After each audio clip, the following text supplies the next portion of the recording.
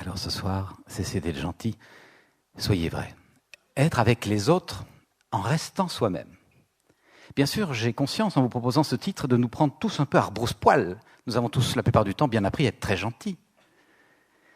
Alors bien sûr que ce que je vise, ce n'est pas la vraie bonté, la vraie générosité, qui sont des qualités que, comme vous, vraisemblablement, je prise tout particulièrement. Ce que je vise, c'est la gentillesse de façade, celle qui nous fait dire « tout va bien », alors que nous pensons « rien ne va plus ». Celle qui nous fait dire « oui, nous viendrons avec plaisir », alors qu'intérieurement on dit « non, plus jamais chez eux ». Oui.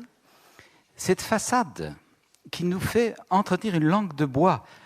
Nous sommes malheureux quand nous assistons à l'hypocrisie ou à la langue de bois à l'extérieur, à la télévision, dans les journaux, l'actualité, etc. Ça nous fait profondément souffrir, même ça nous révolte. Et cependant, est-ce que par moment, nous ne sommes pas de ceux qui entretenons le problème au lieu de faire partie de la solution ? Je nous demande donc d'être vigilants par rapport à ça, voir est-ce que nous ne pourrions pas développer plus de clarté et apprendre à dire les choses. Apprendre à dire les choses. À quel titre est-ce que je vous parle de ça aujourd'hui ? Eh bien, j'ai eu la chance de grandir dans une famille aimante, avec des parents, des frères et sœurs, dans la campagne, avec des grands-parents juste à côté, dans une grande maison, et d'avoir beaucoup d'amour autour de moi, nombreux cousins, la famille qui se rassemble, tout ça. Tradition chrétienne, donc quand même les vertus de patience, de bienveillance, etc., que j'ai bien apprécié certainement. J'étais cependant sensible au conflit. Qu'est-ce qui fait que les gens sont capables de tant d'amour, de tendresse, de patience, mais parfois tellement capables de se chamailler, de se disputer, de s'enrouler autour de leur petit ego, quitte à foutre en l'air tout le climat, bouder 2 heures, 2 jours, 2 ans. Et je me disais, on est mal outillé pour parler de soi et pour écouter l'autre. Alors le seul métier qui me venait à l'esprit, parce que j'avais aucune idée de la psychothérapie, encore moins de la non-violence, c'était d'être avocat pour tenter de contribuer à la gestion des conflits. Alors, comme avocat, évidemment, je me suis assez vite rendu compte que quand le conflit arrive devant l'avocat, on est en aval du phénomène. Et si on est en aval du phénomène, c'est que la plupart du temps, il y a eu un malentendu. Et si on observe le malentendu, on constate qu'il est un composé de mal exprimé avec un mal écouté. Quelqu'un n'a pas exactement exprimé ce qu'il ressentait, quel était son besoin et quelle demande il voulait faire à l'autre. Il a exprimé des critiques, des reproches. L'autre, entendant des critiques ou des reproches, n'a pas entendu des demandes ou des besoins. Il s'est protégé par la fuite ou il a répondu par l'agression en retour. Mal exprimé, mal écouté, mal entendu. Bon. Et je me suis bien rendu compte que je m'échinais à tenter de trouver des solutions juridiques à des enjeux qui avaient la plupart du temps une résonance émotionnelle. Les gens ne se comprennent pas dans leurs émotions. Ce qui m'a donné un coup de pied au derrière pour changer de vie, c'est le fait, comme Guy l'a rappelé, de m'être occupé de jeunes de la rue pendant 10 ans. C'était du bénévolat, mais ça m'a passionné. Je commençais à m'ennuyer assez copieusement dans mon métier qui devenait vraiment alimentaire, et dans mon métier de juriste. Et cette activité avec les jeunes m'a vraiment donné le goût de m'occuper de l'humain. Et en les observant, je commençais à comprendre ce qu'après j'ai pu clarifier par l'approche de la communication qu'on appelle communication non violente. Les jeunes tentent d'exprimer quelque chose. Mais ils n'ont pas les mots pour le dire. Au fond, la violence extériorisée. Je t'agresse, je te taque ton mur, je te balance un pavé dans ta vitrine, je te pique ta caisse, je te plante un couteau dans les épaules pour avoir ton sac à main, ou la violence intériorisée. Je prends des médicaments, je pars dans la drogue ou l'alcool, ou la prostitution, ou les scarifications, les mutilations, etc. Violence extériorisée ou violence intériorisée, il s'agit d'un tragique manque de discernement, conscience et de vocabulaire, pour nommer ce qui se passe en moi, mes sentiments et mes besoins. Je n'ai pas les mots pour dire ma tristesse, ma solitude, mon désarroi, mon impuissance, ma rage. Je n'ai pas les mots pour dire les besoins que ces sentiments renseignent. J'ai besoin d'appartenance, j'ai besoin de soutien, j'ai besoin de compréhension, d'être écouté, puis de pouvoir m'exprimer. J'ai besoin de sens et puis d'amour. Je n'ai pas ce discernement ni ce vocabulaire. La vie bouillonne en moi, il faut que ça sorte par quelque part. La plupart du temps, ça sort par l'extérieur, ça explose ou ça implose, comme nous le verrons. Et en les regardant, je me suis rendu compte que moi, gamin de bonne famille, comme on dit, éducation bourgeoise, tradition chrétienne, à manger tous les jours, de la tendresse autour de moi, eh bien, je n'étais pas plus outillé qu'eux pour dire ce qui se passe en moi. Quand dans une relation amoureuse, ça n'allait pas comme je le voulais, je savais très bien dire les 4 vérités de l'autre, mais pas la vérité de ce qui se passe en moi. Tu ne m'écoutes jamais. Je ne savais pas dire, je me sens un peu triste, j'aurais besoin d'un peu d'écoute, et d'écoute sans jugement et sans conseil. Veux-tu bien m'écouter pendant 10 minutes ? Je ne savais pas parler de moi. On m'avait dit, il ne faut pas parler de soi. Tu me pompes l'air. Je ne savais pas dire, écoute, quand je rentre fatigué, j'ai besoin d'un temps de sas, j'aime être en silence un moment. Ça ne veut pas dire que je t'aime pas, ça veut d'abord dire que je me recueille pour pouvoir t'accueillir. Veux-tu bien me laisser une demi-heure seule? Je ne savais pas faire ça. C'était connoté de nombrilisme, il ne faut pas parler de soi. Alors je parlais de l'autre, tu me pour plaire. On est bien piégé. Alors, gamin de la rue ou fils de famille bourgeoise, même difficulté à développer la conscience et le langage de la vie intérieure. Et donc c'est ça qui m'a donné le coup de pied au derrière dont j'avais besoin pour me dire, va un peu travailler sur toi parce que tu es incapable d'écouter les gamins. Effectivement, le gamin qui est en dépression, qu'est-ce que je pouvais faire, moi, gentil que j'étais? Je disais, mais viens faire du sport. Ça va t'oxygéner. Tu seras fier de toi. On se sent mieux quand on a couru. Je donnais des bons conseils, de bons garçons, qui fait bien ce qu'il faut. Mais le gamin me fallait bien vite comprendre, j'en ai rien à cirer de ton sport à la con. Va courir si tu veux. Moi, je fume mes pétards. Qu'est-ce qu'on fait? Je me suis bien cassé le nez devant cette incapacité à rejoindre l'autre. Et donc, je me suis rendu compte que je ne pouvais pas m'occuper de la détresse des autres tant que je n'avais pas tenté de comprendre la détresse de moi-même. Je ne pouvais pas essayer de comprendre la tristesse à son comble d'un humain en face de moi tant que je n'avais pas écouté les parties de moi qui étaient profondément tristes et que, bien sûr, gentil que j'étais, je ne voulais pas voir. Tout va bien, n'est-ce pas? On a vu ça tout à l'heure.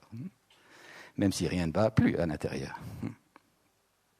Et voilà ce qui m'a amené à entrer un peu en thérapie. Et très vite, en comprenant des mécanismes dans lesquels j'étais enfermé depuis longtemps, je me suis dit, mais c'est incroyable de prendre du champ sur l'inconscient, d'ouvrir la liberté, vraiment.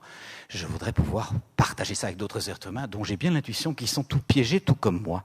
Et c'est ce qui m'a donné le goût d'être thérapeute. Et parmi les approches, de rencontrer Guy Corneau, de rencontrer Marshall Rosenberg et l'approche de communication non violente qui m'a permis de clarifier les enjeux dont on va parler aujourd'hui. Je vais vous proposer d'aller visiter 5 pièges de nos éducations, très répandus. Je ne prétends pas que ce soit les seuls. Je peux seulement vous témoigner que depuis plus de 15 ans que j'accompagne les personnes à travers les cycles et les saisons de la vie, ça me paraît vraiment les pièges les plus récurrents. Et je vais vous proposer pour cela de voir comment ils se sont enclenchés. Vous savez qu'il y a 2 étapes pour sortir d'un piège. On ne peut pas sortir d'un piège tant qu'on ne sait pas qu'on est pris dedans. C'est l'étape numéro 1. Constater, je suis pris au piège. Pourquoi ça? Mais parce que la plupart d'entre nous prennent leur fonctionnement comme la seule façon de fonctionner. Leurs habitudes de langage et de pensée comme la seule façon de penser ou d'exprimer. Et ne voient pas que ce qu'ils prennent pour un espace de liberté est au fond un enfer, me ment, dans des habitudes de fonctionnement. Et ça peut se révéler infernal, tant pour eux, ce qui ne serait pas si grave, mais pour leur entourage, ce qui est quand même pas très citoyen. Alors, première étape pour sortir d'un piège, prendre conscience qu'on est pris dedans. Mais il y a des gens, et il y en a parmi vous certainement, qui sont conscients d'un certain piège, et qui constatent, comme quand on s'est pris les pieds dans une trappe à loup, vous savez, schlac, hein, ça vous arrive, hein, de se dire, ah ben oui, c'est mon éducation, c'est ma famille, c'est mon milieu, c'est la tradition religieuse dans laquelle j'ai grandi, c'est comme ça qu'on a toujours fait, mes parents, mes voisins, tout le monde fait comme ça, je suis pris au piège, mais voilà. Comment est-ce qu'on vit quand on a son être pris au piège? Eh bien, on vit à peu près comme ceci. Pas beaucoup d'aisance dans la relation.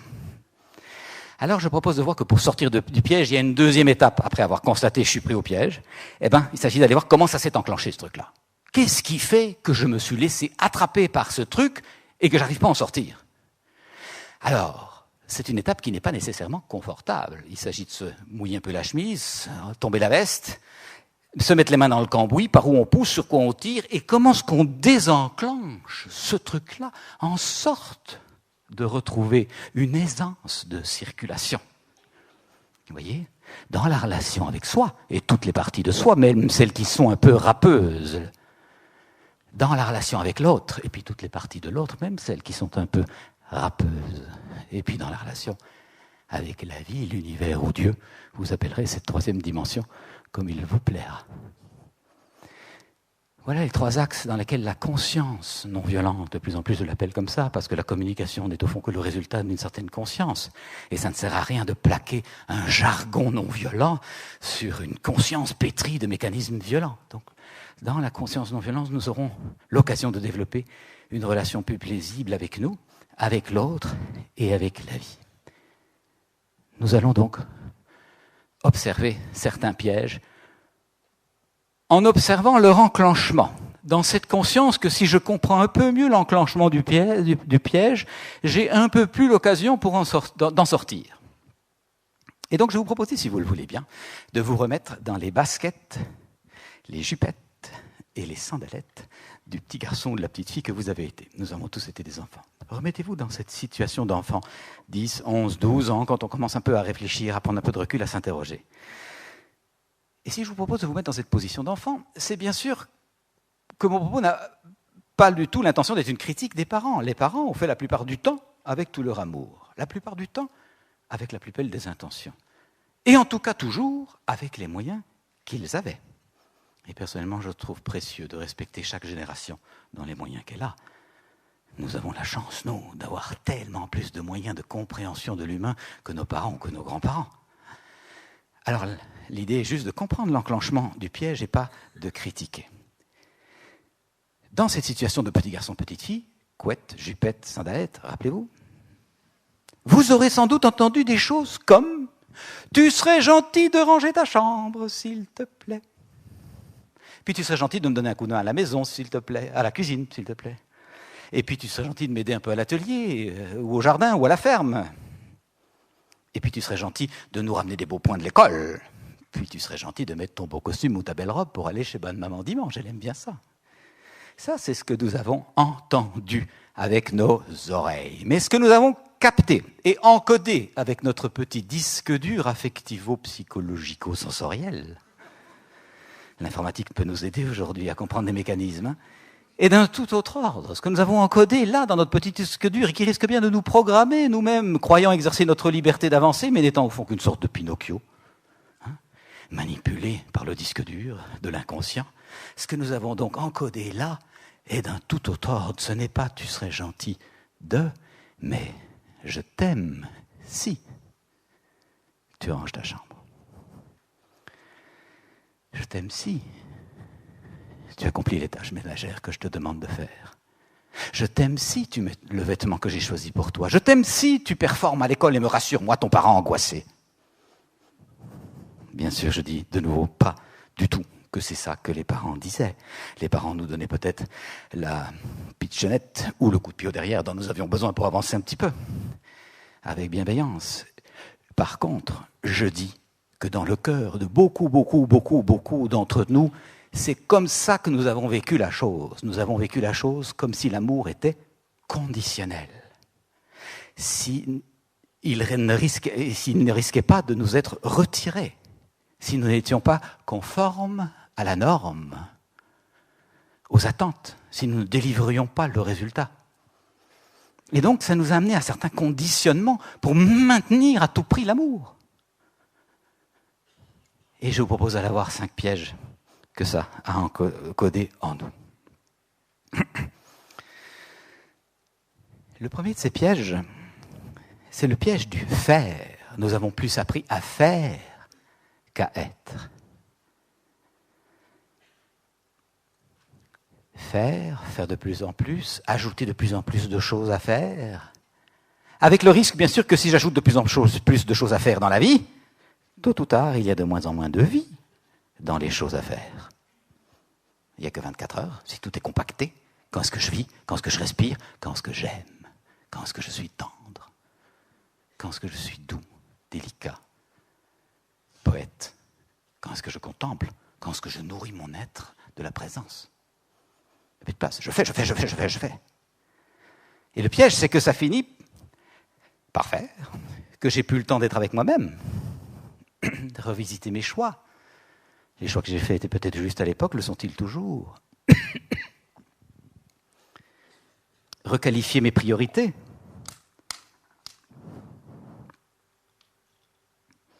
J'ai fait certaines priorités à un certain moment, sont-elles toujours opportunes? La priorité de l'instant, c'est de boire un peu d'eau.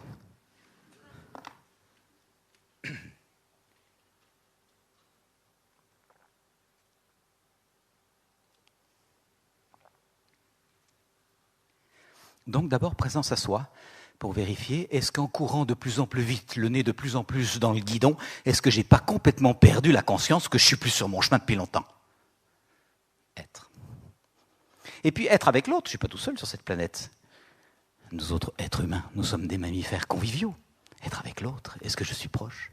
Est-ce que je le propose à s'asseoir? Est-ce qu'on se parle? Est-ce qu'on s'écoute? Est-ce qu'on vérifie? Ou est-ce qu'on grommelle les choses à faire pour survivre? Pendant les vacances. Ou la pension, si on est encore vivant. Et puis être avec ce troisième enjeu, vous l'appellerez comme vous voulez, la vie, l'univers, l'inspiration, le souffle, l'esprit, peu importe le vocabulaire, mais est-ce que j'ouvre parfois mon antenne pour capter autre chose que l'immédiat? La difficulté, vous voyez, c'est que si vous demandez aux gens, mais pourquoi t'en fais tant? La plupart du temps, ils vont dire, mais c'est par générosité, par goût de contribuer, pour prendre soin, bien sûr. Ça fait partie de nos besoins fondamentaux, prendre soin, contribuer, être responsable. Et il y a une part qui est vraie. Mais si on scrute, pourquoi t'en fais tellement? Là, c'est pas forcément agréable d'aller voir. Oui, bien sûr, il y a une partie de moi qui donne dans la joie, qui fait vraiment ça par don d'amour, don de moi. Mais si je scrute un chouïa plus loin avec un peu de discernement, il s'agit quand même d'accepter qu'à un moment, je ne donne plus par don de moi, mais par peur de perdre. C'est plus un don d'amour, c'est la peur de perdre l'amour de l'autre. Alors j'en fais de plus en plus pour être aimé, pour être reconnu. Et ma vie est une course. Aimez-moi, voyez tout ce que je fais. Voyez comme je suis compétent, je cours partout. Aimez-moi. Donnez-moi l'amour que moi, je n'arrive pas à me donner. L'énergie est complètement différente. Quand vous donnez par joie, par contribution, par plaisir de contribuer à la joie de l'autre, au bien-être de l'autre, vous êtes dans un élan régénérateur. Mais quand vous donnez par peur de perdre l'amour de l'autre, là, vous êtes dans un mouvement de perte d'énergie. Et c'est tout à fait différent. Les êtres charismatiques par leur générosité, on peut penser proche de nous l'abbé Pierre ou les grandes religieuses, donnent dans la joie, parce que c'est vraiment leur élan de vie, mais pas par devoir. Alors, c'est le piège du fer qui fait que nous sommes ainsi tirés hors de nous pour essayer d'acheter quelque chose, et ça n'est plus juste. En accompagnant les jeunes, je me suis rendu compte de cette difficulté. Bien des jeunes ados, entre 15 et 18 ans, que j'ai reçus en début, quand j'avais mon cabinet, venaient avec ce questionnement.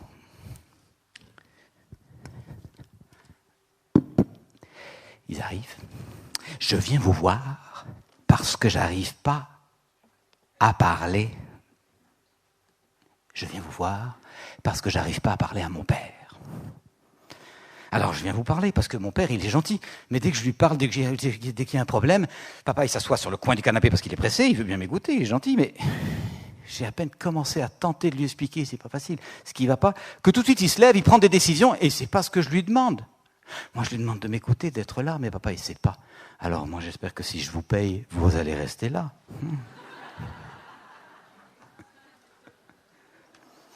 Alors, qu'est-ce qui se passe dans le cœur du papa qui est là en face? Qu'est-ce qui se passe dans le cœur du papa? Le papa, il est gentil. Mais gentil alors? Le papa, il constate, il y a un problème, je résous. Tac, tac, action-réaction.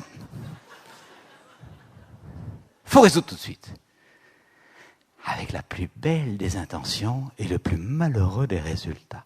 Le papa, il n'a pas appris le discernement, ni le langage de la vie intérieure. Le papa, quand ça ne va pas, il bourre dedans, il va de plus en plus vite. Alors, qu'est-ce que ça donne? Ça donne quelque chose comme ça. Ah bon, t'es dans la rue? Moi, je pensais que tu allais à l'école tous les matins. Tu es dans la rue, ah d'accord. Et tu fumes des joints? Dis donc, déjà le tabac, ça m'arrangeait pas trop, mais des joints, franchement. Et pour payer tes joints, tu piques dans les supermarchés. Mais attends, t'es en dépression, mon vieux. Attends, j'ai un ami médecin, va te donner un peu de Prozac, ça va aller beaucoup mieux. Papa, il résout. C'est insoutenable ce qui se passe là. Il faut tout de suite résoudre. On ne peut pas cohabiter avec la souffrance ou avec le doute. Non. C'est inhumain. Il faut résoudre. Pauvre garçon. C'est pour son bien. Hein? Papa, il est piégé par la gentillesse. Il fait. Il ne sait pas bien être papa. Son propre doute lui fait peur. Sa propre souffrance lui fait peur. Ses propres moments d'hésitation. Les moments où il aurait fallu requalifier les priorités. Il les a pas pris. Les moments où il s'est mis à pédaler de plus en plus vite sur son petit vélo pour ne pas voir qu'il était loin sur son chemin. Il n'a pas profité pour dire stop, stop, stop, je me trompe. Non, il a foncé pour s'égarer de plus en plus. Alors, il ne sait pas écouter l'autre. Qu'est-ce qu'il faudrait pour que le papa, ou la maman, hein, bien sûr, puisse écouter le gamin? Il faudrait que le papa puisse avoir plus ou moins ce genre de discernement-ci. Ah bon, t'es dans la rue. Tu veux dire que tu te sens plus motivé par l'école? Ça n'a plus de sens pour toi là maintenant? Tu vois pas en quoi ça va te rendre plus heureux, plus responsable, plus généreux? Et puis tu prends des joints parce que tu trouves que ta vie est un peu plate. Et tu aimerais sentir qu'elle est plus intense et plus riche, c'est ça? Plus riche, plus intense. Écoute, je suis très touché que tu m'en parles. Parce que tu penses que je partage le même besoin que la vie soit riche et intense. Et en même temps, j'ai accepté que dans la vie, les moments de doute, les moments de platitude, c'est pas forcément des accidents. C'est peut-être un ingrédient, tu vois. Avant, quand un moment de doute arrivait dans ma vie, eh bien, je pédalais de plus en plus vite pour ne pas le voir. J'avais trop peur d'entrer en moi. Maintenant, j'ai appris que s'il y a du doute, c'est que peut-être je suis plus tout à fait sur mon chemin et qu'il est temps de réaligner. Avant, quand j'avais peur, je voulais pas le voir, je me blindais, je n'ai pas peur, tout va bien. Mais maintenant, si j'ai peur, c'est que peut-être j'ai pas vu quelque chose, que j'ai pas bien compris quelque chose, que je vais trop vite ou trop lentement, donc je m'écoute aussi pour m'aligner. Alors, ce que je voudrais te partager, c'est que ce n'est pas parce que je m'écoute là que dans les 5 minutes, il y a un éclairage. Pas forcément même dans l'heure.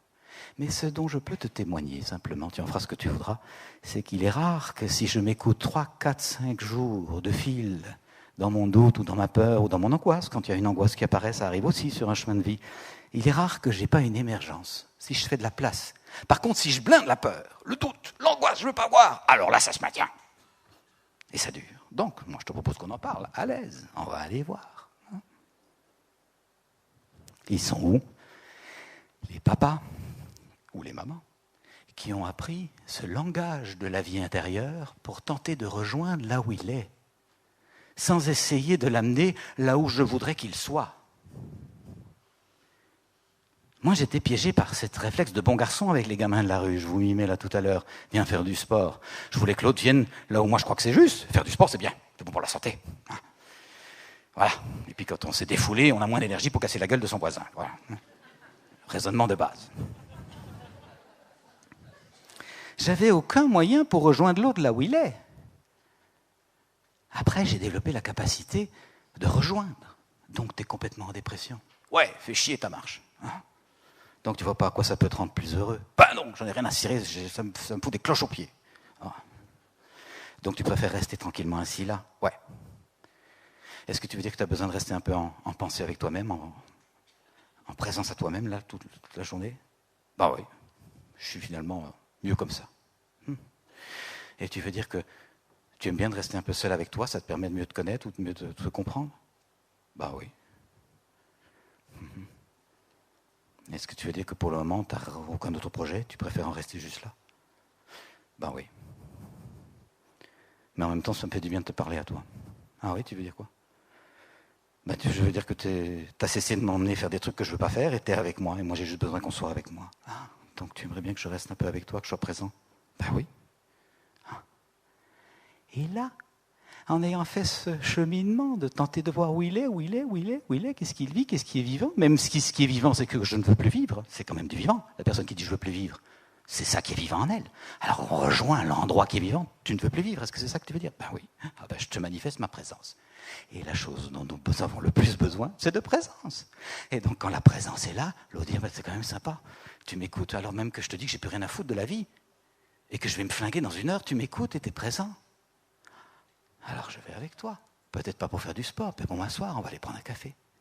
C'est un mouvement. Je vais là où l'autre est. Alors il veut bien venir, peut-être pas exactement là où je suis, mais on se rapproche. On est loin du faire. On est dans l'être. Et ça ne s'apprend pas dans les programmes scolaires, où les enfants sont envoyés très vite dans la petite roulette du hamster qui tourne, de chose à faire en chose à faire.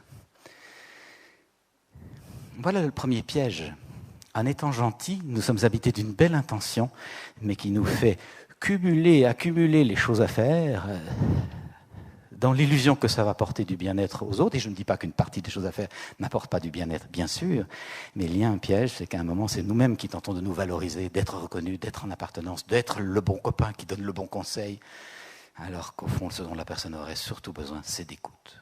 Dans les formations que j'anime depuis 15 ans, je reste émerveillé, les autres formateurs, je pense aussi, du pouvoir de l'écoute. Combien le simple fait de prodiguer une écoute non jugeante, bienveillante, à l'autre, fait qu'il trouve toutes ses solutions en lui. Il n'y a aucun conseil à lui donner. D'ailleurs, les personnes parmi vous qui auraient été en thérapie, vous l'aurez vérifié. Il n'y a pas un thérapeute qui vous donnera des conseils, ce n'est pas son boulot. Le thérapeute va juste créer un cadre d'écoute sécurisant où vous allez commencer à entrer dans un discernement intérieur pour aller voir qu'est-ce qu'il y a au creux de cet être humain-là que je suis. Parce qu'il y a un climat d'écoute, non jugeante, sans conseil, sans attente. Vous ne devez correspondre à rien. Vous devez juste être vous-même. Et là, enfin, vous entrez en vous. Alors pourquoi payer si cher alors qu'on peut le faire gratos à la maison? Deuxième piège que je vous propose d'aller voir. Résultant de ce conditionnement, je t'aime si, en tout cas cette impression que l'amour était conditionnel et pourrait nous être retiré si nous n'étions pas compétents. C'est la difficulté à mettre l'estime de nous en nous. La plupart du temps, nous aurons mis l'estime de nous dans le regard de l'autre. Si l'autre est content, tout va bien. Mais si l'autre est fâché, rien ne va plus. Et ça nous rend extrêmement dépendants, vulnérables. Nous pensons avoir la maîtrise de notre vie, mais nous sommes complètement sous la coupe du regard de l'autre.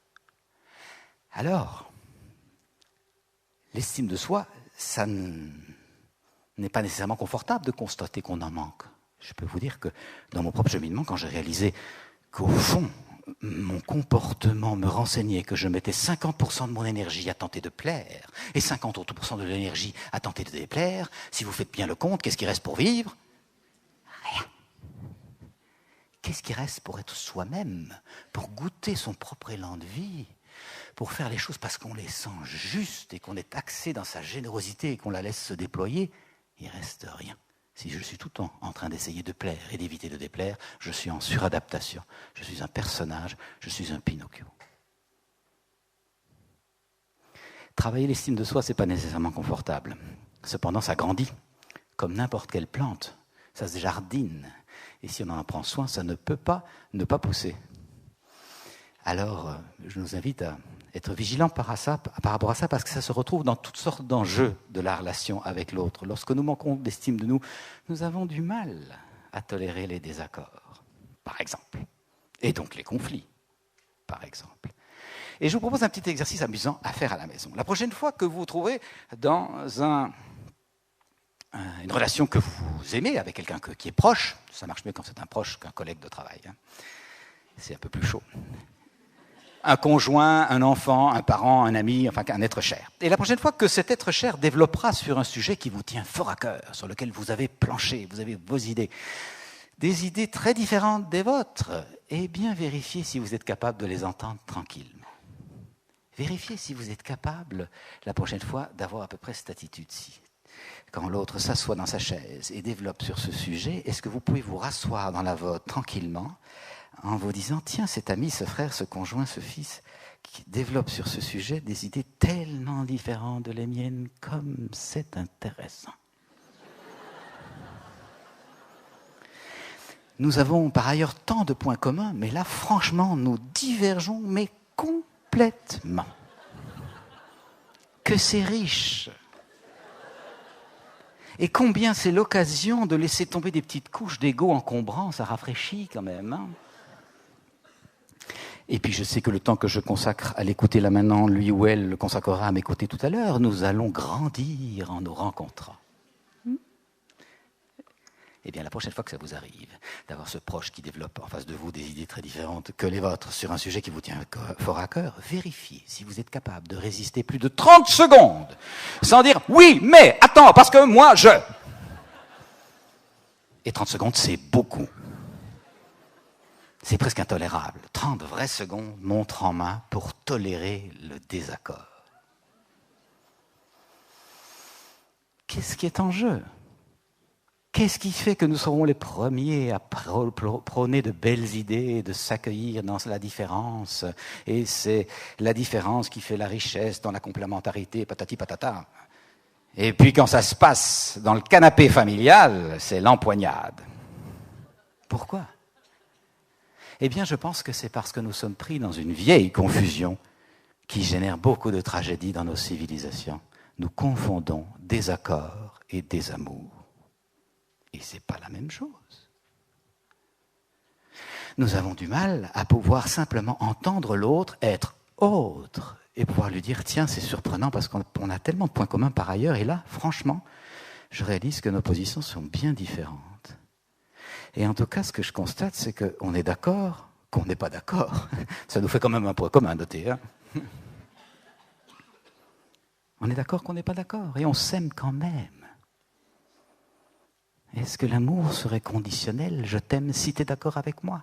Est-ce que je ne reproduirais pas le vieux schéma? Je t'aime si tu es gentil, sage, poli et que tu ramènes des beaux points de l'école. Si tu es en colère, triste, mal habillé et que tu ramènes des mauvais points, je ne veux pas te voir. À l'époque, de nouveau, les parents n'avaient pas le discernement pour clarifier ce qui se passait en eux. Qu'est-ce que nous aurions, gamins, aimé entendre? Et je t'aime profondément et tu es mon enfant chéri. Et je t'aimerai toute ma vie parce que c'est sacré pour moi. Et je suis en colère par rapport à ce que tu as fait ou dit. Et je veux que tu l'entendes. Ce discernement. Nous aurions aimé entendre ça. Parce qu'une fois que la sécurité affective était assurée, on pouvait entendre la réprimande ou éventuellement même la sanction, qui est à distinguer de la punition, bien sûr. Et à l'entendre avec bon sens, et peut-être même l'exécuter de bonne grâce, parce que l'insécurité affective n'était pas là. Il n'y avait pas de question que l'amour soit mis en cause. Mais la plupart du temps, nos parents, avec, disons, moins de discernement, mélangeaient tout le « je ne t'aime pas quand tu es comme ça, hors de ma vue. Tu reviendras quand tu correspondras à mes attentes. » Alors, vous voyez, ça a généré beaucoup d'insécurité dans nos cœurs et donc beaucoup de difficultés à tolérer le désaccord parce que nous y voyons du désamour, même s'il n'y en a pas. C'est la difficulté donc à mettre l'estime de soi en soi. Deuxième des pièges de l'éducation à la gentillesse. Troisième des pièges de l'éducation à la gentillesse, toujours au sens où je l'entends, et pour autant que vous vous y retrouviez, il y a bien des personnes qui ne se retrouvent pas dans ce scénario et peut-être est-ce heureux. Le troisième des pièges, c'est la difficulté à bien vivre la différence. Et à ne pas voir la différence comme menaçante. La plupart du temps, de nouveau, malgré nos bonnes intentions, la différence est riche et c'est très bien, tata, eh bien, nous avons au fond du mal à ne pas la voir comme menaçante, parce que nous avons peur que l'autre ne nous aime pas, nous avons peur de ne pas être aimé, comme je l'ai illustré dans ce petit jeu ici. Et d'où ça vient, ça? Alors même qu'il y a de bonnes idées. Je vous propose de vous remettre de nouveau un instant dans votre enfance. Souvent, les choses s'expliquent comme ça, ce n'est pas la seule explication, bien sûr. Mais comment avez-vous vécu votre propre expérience de votre propre différence? A-ce été une expérience joyeuse ou une expérience inquiétante? Je veux dire par là, cette joie de vivre qui vous animait comme petit gamin, petite gamine, et qui faisait la joie de vos grands-parents quand vous alliez déjeuner chez eux le dimanche. Vous couriez partout, sautiez sur les coussins, faisiez des jeux dans toute la pièce, chantiez, dansez, ça enchantait vos grands-parents, parce que vous ne restiez d'ailleurs qu'une après-midi, mais bon. Qu'en est-il arrivé quand vous êtes arrivé en maternelle, en classe maternelle? Est-ce que l'institutrice vous a dit « Mais quelle joie de vivre et quelle créativité, quelle inventivité! Tu es vraiment un moment de joie pour toute la classe. Tu vas nous encourager tous. » C'est ça que vous avez entendu? La plupart du temps, avec les meilleures des intentions, l'intégration, l'appartenance, le respect du groupe, l'institutrice vous aura dit « T'es un peu trop comme ceci ou pas assez comme ça. » Rentre dans la petite boîte du gentil qui fait bien ce qu'on attend de lui. Un peu de fantaisie parce que c'est très joli, un beau petit dessin, mais pas débordé s'il te plaît, et pas trop parce que sinon ça dérange. Alors, qu'est-ce que vous avez fait de votre belle fantaisie, de votre élan de vie, de votre joie de courir partout, d'aller à l'avant de la vie? Vous avez maintenant 40, 45, 50 ans. Il est où cet élan? Votre propre différence, vous l'aurez vécue comme menaçante, on ne va pas m'aimer. Donc j'éteins ma différence pour m'intégrer. Plus tard, vous arrivez dans la cour des grands. Les uns parlent foot, les autres fringues. Ça vous ennuie. Vous avez envie de parler poésie, chanson, opéra, aventure, sacré, toutes sortes d'autres enjeux, mais il n'y a personne pour parler avec vous. Alors vous parlez fringues avec les uns et foot avec les autres parce que vous avez besoin d'intégration et d'appartenance. C'est absolument nécessaire pour grandir. Et aujourd'hui, vous avez 35, 45, 50 ans. Et il est où votre goût de conversation plus délicate, plus fine, plus profonde, plus aventureuse, plus audacieuse, plus en dehors des sentiers battus? Qu'en avez-vous fait? La plupart du temps, vous aurez eu peur de votre propre différence et pour être gentil, recevoir l'intégration, vous aurez fait ce que les autres attendent de vous. Mais alors, si vous ne saccagiez qu'une seule vie, la vôtre, ça vous appartient. Mais le risque, c'est que voici que quelqu'un est authentique, vit sa vie, pense, partage, prie autrement que vous, a des idées politiques différentes, est spontané, enthousiaste, joyeux. Oh, il est dérangeant. Hein? Il ferait mieux de rentrer dans l'ordre. Ou de rentrer chez lui si par malheur il vient de loin. Et notre seuil de tolérance à la différence est vite atteint, malgré nos belles idées. La différence, ce n'est pas un concept, c'est un vécu. Alors c'est souvent lié au fait qu'effectivement, notre propre différence, nous n'ayons pas senti qu'elle était bienvenue. Et donc nous reprojetons ça sur les autres. Je vous propose de voir que pour nous ouvrir à l'accueil de la différence, ça va nous demander de travailler sur l'accueil de notre propre différence, faire droit à l'être que nous sommes. C'est-à-dire accepter que devenir vraiment nous-mêmes, ce que nous sommes derrière le personnage. Tout le monde a un personnage construit par l'éducation et c'est bien nécessaire pour appartenir, s'intégrer. Derrière ce personnage-là, il y a un être profond. Est-ce que je me maintiens dans le personnage ou est-ce que j'entre de plus en plus dans l'être profond, l'être unique? Et là, certainement qu'il y a des personnes parmi vous qui en ont fait l'expérience, effectivement, devenir vraiment soi-même et pas juste le personnage gentil que tout le monde connaît, ça n'est pas nécessairement confortable d'abord pour soi, mais ça fait des remous autour. Tout le monde n'aime pas ça que nous changions. Que nous chantions peut-être aussi, d'ailleurs. Et donc, il se trouvera toutes sortes de proches pour nous dire « t'as changé, t'es plus comme avant, qu'est-ce qui se passe, t'es pas la même hein ?» Bien sûr, ça ne plaît pas à tout le monde. Et je vous invite à voir qu'effectivement, devenir soi-même, ça ne va pas forcément plaire à tout le monde. En disant cela, je n'invite personne à chercher ouvertement à déplaire, évidemment. Cependant, à accepter qu'effectivement, suivre sa propre voie, ça ne fera pas forcément le plaisir de tout le monde autour. Et cependant, il y a un effet bénéfique à ça. J'ai pu voir dans beaucoup de familles que quand quelqu'un, tout d'un coup, ose se transformer, s'écouter, devenir qui il est, développer sa fantaisie, sa créativité, sa capacité d'affirmation, sa force intérieure, ça secoue, ça fait un peu des remous, parfois des rejets, mais ça fait que tout l'écosystème est réanimé, réoxygéné, plutôt que de ronronner dans sa petite zone de confort. Nous ne sommes pas sur Terre pour ronronner dans notre petite zone de confort, hein, pour rester scotché dans le petit ego qui a peur de perdre, hein, qui joue à qui a tort, qui a raison,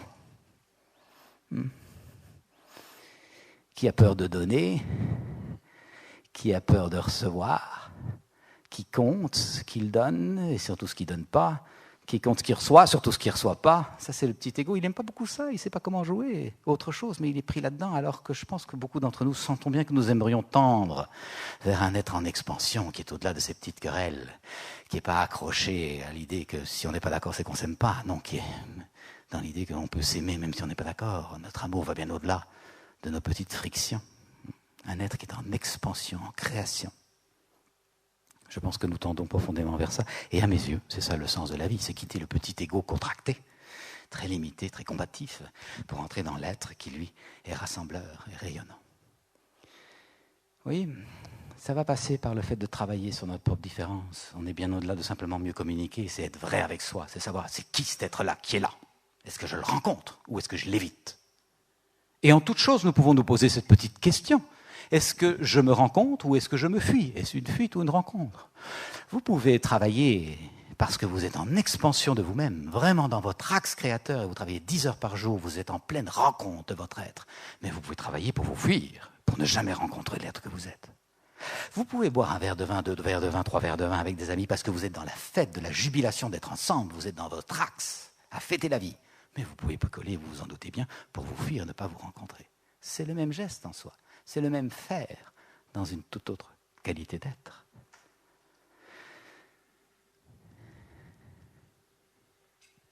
Alors ça nous permet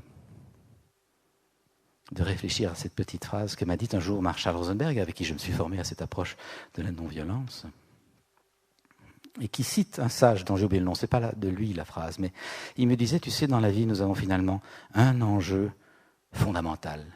Être heureux ou avoir raison. Alors moi, ça m'a touché au cœur, cette phrase, parce que le juriste, l'avocat que j'étais, était toujours combatif pour avoir raison et essayer de convaincre, ramener l'autre à ma position. Et donc, effectivement, quand j'étais en conversation avec ma femme, j'essayais toujours d'avoir raison, qu'elle me dise que j'étais le plus beau. Et j'ai toujours, ça m'arrive, du mal à tolérer le désaccord, comme ce que je vous ai mimé tout à l'heure. Ça m'arrive d'être prise au piège moi-même, de vouloir que Valérie me dise « Tu as raison, tu es franchement le plus intelligent. »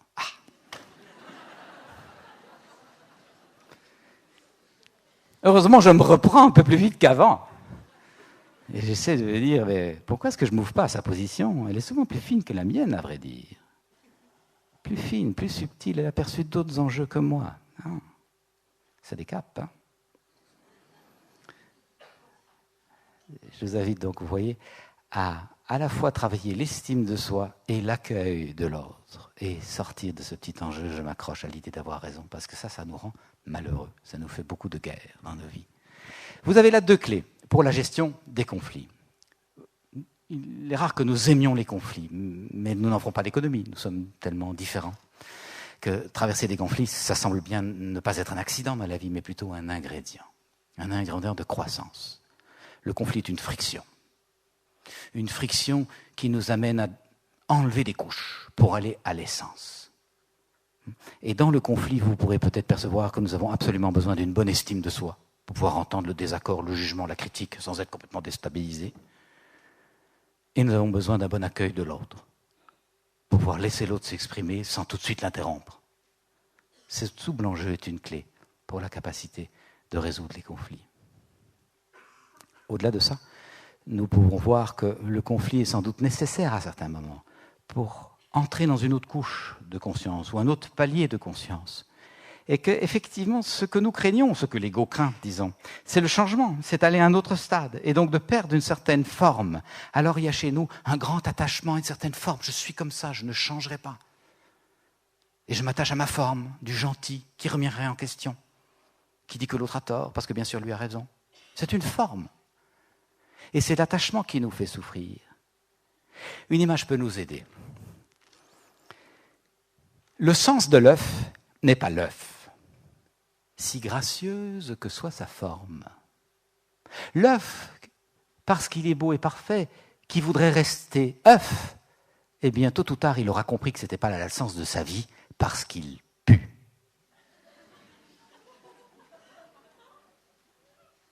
Le sens de l'œuf n'est pas l'œuf. Le sens de l'œuf est l'ouverture, en poussin, en omelette, en gâteau, en sauce. Le sens de l'œuf est la continuité sous une autre forme. S'il y a attachement à la forme d'œuf, il y a fermentation et décomposition malheureuse. Alors que s'il y a abandon de la forme, il y a ouverture à un envol ou à une gourmandise. La prochaine fois que vous serez en conflit, je vous propose de vous rappeler cette petite formule pour accepter de laisser votre petite coquille d'ego laisser passer le bel être que vous êtes. C'était le 3e piège, difficulté à faire bon accueil de la différence et à la vivre comme une opportunité de grandir par une friction que mon ami Corneau appelle une friction créatrice. 4e piège. 4e piège de cette éducation à la gentillesse. Je t'aime si t'es sage, si t'es gentil, si tu rends de bons points. Eh bien, ce 4e piège, je vous propose de le voir comme ceci, c'est la difficulté pour beaucoup d'entre nous à dire et à entendre non. Et d'abord, à dire non, à temps et à la bonne personne. Souvent, gentils que nous sommes, nous aurons accumulé toutes sortes de oui gentils, oui, bien sûr, alors que nous pensions, oh non, franchement pas. Et cette accumulation fait des effets de cocotte minute. Je dis oui alors que je pense non, régulièrement. Mais à ça s'ajoute que quand je suis en colère, je dis tout va bien. Quand je suis triste, je dis tout va bien. Quand je suis complètement perdu, je dis tout va bien. Je rentre toutes mes frustrations dans la cocotte minute pour ne rien montrer. Dessus, je serre le couvercle des conditionnements familiaux, scolaires, religieux, le cas échéant, professionnels, sociaux, toutes sortes de couvercles par-dessus. Mais la cocotte minute, vous l'aurez perçu, ça n'est pas statique, c'est dynamique, c'est posé sur le feu du temps qui chauffe. Et je vous fais pas un dessin, tôt ou tard, paf! La cocotte minute explose. De façon souvent complètement inappropriée. À qui ça ne sera pas arrivé de se dire « Ouh là là, j'ai été dans une colère qui va bien au-delà de ce que je voulais dire. J'ai employé des mots qui coupent la tête.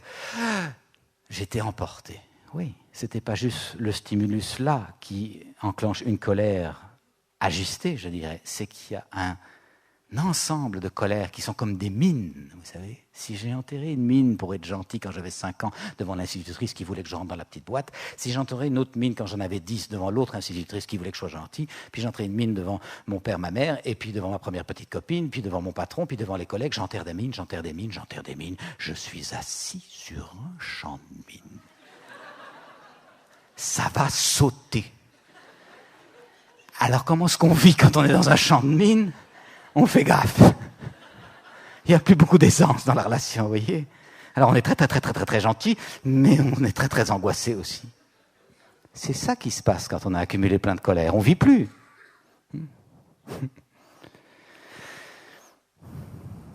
Je nous propose de voir que c'est une certaine mécanique qui peut expliquer notamment la dépression. Oui, si la mécanique est d'accumuler tout dans la cocotte minute et qu'elle explose, il peut se faire que les conditionnements soient suffisamment puissants ou que les souffrances, la lassitude, le traumatisme peut-être, fassent quand il n'y a vraiment plus l'énergie d'exploser de façon au moins vivante, même si ça fait un peu de saccage autour, eh bien il n'y a plus l'énergie de l'explosion. Qu'est-ce qu'elle fait la cocotte ? La cocotte, elle implose. Dans la maladie, le burn-out, la dépression. De plus en plus de médecins, vous le savez, font le lien entre les émotions refoulées, ou mal vécues en tout cas, et toutes sortes d'impacts sur le corps. Et oui, pas seulement sur le corps, sur notre état psychique. Si je réprime ce qu'il faudrait que j'exprime, tôt ou tard, je déprime. Ça n'explique évidemment pas tout de la dépression, certainement pas, mais ça explique en partie. Beaucoup de personnes que j'ai accompagnées dans des phases de dépression étaient des personnes qui avaient soit du mal à dire des désaccords à temps, à la bonne personne, de façon affirmative, en prenant leur place, en existant comme sujet, et pas seulement comme un objet de manipulation. Des personnes qui avaient du mal à exprimer une tristesse et qui laissaient la tristesse couver en disant « tout va bien, c'est pas si grave, finalement je m'en sortirai ». Mais au lieu de dire « je suis triste et je vais écouter ma tristesse, je vais être vrai avec ce sentiment ». Il y avait des enjeux d'expression, de sentiments, de besoins, mais il y avait aussi des enjeux d'expression de partie d'elles-mêmes, des personnes qui avaient laissé de côté complètement une fibre artistique, une fantaisie, une créativité, pour être une bonne mère qui fait bien son travail. Je fais bientôt pour mes enfants, je fais, mais j'ai plus le temps d'être. Pourtant, j'adorerais mon violon, mon piano, ma pinceau, ma peinture. Mais j'ai pas le temps, il faut que je sois une bonne mère. Alors, vous voyez, cette partie dont on ne s'occupe pas se venge. Nous tire. En élargissant, on peut dire que les émotions dont nous ne nous occupons pas consciemment s'occupent de nous, inconsciemment. Si je ne prends pas soin de ma colère et que je la laisse s'accumuler, elle me manipule et tout à l'heure elle explose. Si je ne prends pas soin d'une partie de moi intuitive, créatrice, pour laquelle je n'ai peut-être pas forcément de temps, elle me tire toute mon énergie. Le discernement va nous permettre de prendre conscience, comme ça arrive à bien d'entre nous, de se dire, par exemple, effectivement, là maintenant, je viens d'avoir 2 petits-enfants, pourtant je suis un artiste, ou une artiste, et il y a une grande partie de moi qui aimerait avoir 3 heures par jour pour faire du piano, du violon ou de la peinture. J'accueille cette partie, parce qu'elle est précieuse pour moi. En même temps, je choisis effectivement d'être complètement mère et de m'occuper de mes enfants, et je n'ai pas les 3 heures, pour le moment. Mais d'ici 2-3 ans, et ça va vite les enfants, je reprendrai mon violon d'Ingres. Si j'ai ce discernement et cette écoute d'une partie de moi que je laisse au moins s'exprimer, elle arrête de me tirer les basques. Elle me permet de vivre et d'être complètement disponible pour mes enfants, d'être là. Parce qu'elle a une part de considération, de reconnaissance. Inversement, si je ne veux pas le voir en disant « je suis une bonne mère », non, c'est fini, l'art, c'est pas nombrilisme, narcissisme, je m'occupe de mes enfants, il faut que je m'occupe des enfants, mais ils font trop de bruit, ils sont dérangeants, ils prennent trop de place. Je suis encombré par la partie de moi que je n'ai pas écoutée. Et je le fais payer. Vous voyez ? Alors, c'est un enjeu que de clarifier pourquoi je dis non. À quoi je dis oui quand je dis non ? Je dis non à mon art, pour le moment. Parce que je dis oui à l'accompagnement de mes enfants, mais ce n'est pas un reniement à perpète. Hein. Il y a un discernement qui me permet de faire les choses. Le risque, vous voyez, quand on n'a pas appris à discerner, c'est qu'on accumule toutes sortes de frustrations. Vous avez, par exemple, accumulé des frustrations au travail. Vous avez dit oui au patron alors que vous pensez non. Vous avez dit oui au fournisseur alors que vous pensez non. Vous avez dit oui aux collègues qui partagent le même plateau que vous alors que vous pensez non. Vous êtes plein de frustrations, de malentendus, mais vous n'avez pas le temps. Il faut rentrer, il faut s'occuper des enfants. Vous rentrez à la maison plein de colère, de tristesse, de désespoir, mais c'est pas grave, il faut s'occuper des enfants, c'est pour leur bien. Le gamin fait une bêtise grand comme ça, mais il s'en prend plein la figure. Pourquoi ça ? Mais parce qu'il y a accumulation de mines en vous. Et donc vous n'avez pas le discernement pour clarifier, peut-être il y a quelque chose qui mérite une réflexion ensemble, un échange, une compréhension mutuelle, et je vais le faire. Mais si vous êtes encombré d'émotions parce que vous n'avez pas écouté votre être, vous n'avez pas appris à dire non aux personnes à qui c'était nécessaire, vous êtes tout pollué. Il sera donc précieux de pouvoir dire, effectivement, j'ai dit oui à mon patron alors que je pense non. Eh bien, je ne suis pas d'accord. Demain, je vais le revoir et lui dire, patron, je ne pense pas comme je vous ai dit hier. Et je voudrais que vous m'entendiez parce que je pense que ma proposition sert aussi votre projet. Pouvez-vous m'écouter ? Et puis, le fournisseur, je n'aime pas le ton sur lequel il me parle. J'ai dit, oui, tout va bien. Non. Je suis content qu'il me nous fournisse, mais je voudrais qu'on se respecte, qu'on se parle sur un autre ton. Le collègue de travail, j'ai dit, oui, tu peux fumer une clope, il n'y a pas de problème. Mais non, je suis fatigué de ça. Moi, j'ai besoin d'être respiré, je n'aime pas la cigarette. Et la consigne est qu'on fume dehors. Je voudrais qu'il respecte ça. Ah ! Ça appartient au travail. J'ai travaillé mon discernement. Maintenant, je rentre. Et si le gamin fait une bêtise grande comme ça, je ferai un ajustement grand comme ça. Parce que je suis au clair. Je ne suis pas pollué. Vous voyez ? J'ai pris ce que j'appelle une douche psychique. Un sas de transition. Il ne viendrait, à mon avis, plus à l'idée de personne de sortir de sa maison en ayant nettoyé son grenier de haut en bas, en ayant jardiné son jardin, et de partir à une réunion sans s'être changé. Je pense que nous aurons pris soin de nous laver, de changer de vêtements, de mettre un vêtement propre pour aller à notre réunion dans une certaine hygiène de vie. Alors regardez un peu comment ça se passe ici. Je quitte ce travail laborieux de ma journée, avec un peu des conflits, des malentendus, des choses qui ne sont pas bien dites, pas bien exprimées, pas bien écoutées non plus, et tout empoussiéré de ça, je rentre à la maison, souhaitant une relation avec ma famille. Mais je suis bien encombré, je ne le vois pas, et ça pollue toute l'atmosphère. Inversement, il se pourrait que je sois un peu en pétard avec mon conjoint. On s'est un peu disputé, on n'a pas réussi à se raccommoder. Bon. Que je sois en guéguerre avec un vieil ami par téléphone, on s'est chamaillé hier. Et puis que je sois inquiet pour mon ado qui part en classe de neige alors qu'il n'a pas préparé son examen ou un truc comme ça. Mais je ne veux pas voir tout ça, je n'ai pas le temps de cette intériorité. Je pars au travail, mais tout encombré, je pars au travail, je dois tenir ma réunion. Bon, asseyez-vous, c'est quoi le problème ? Je vous écoute, je suis disponible, attention, on y va. Mais non. Pas plus que je ne quitte mon grenier ou mon jardin tout sale et tout pollué.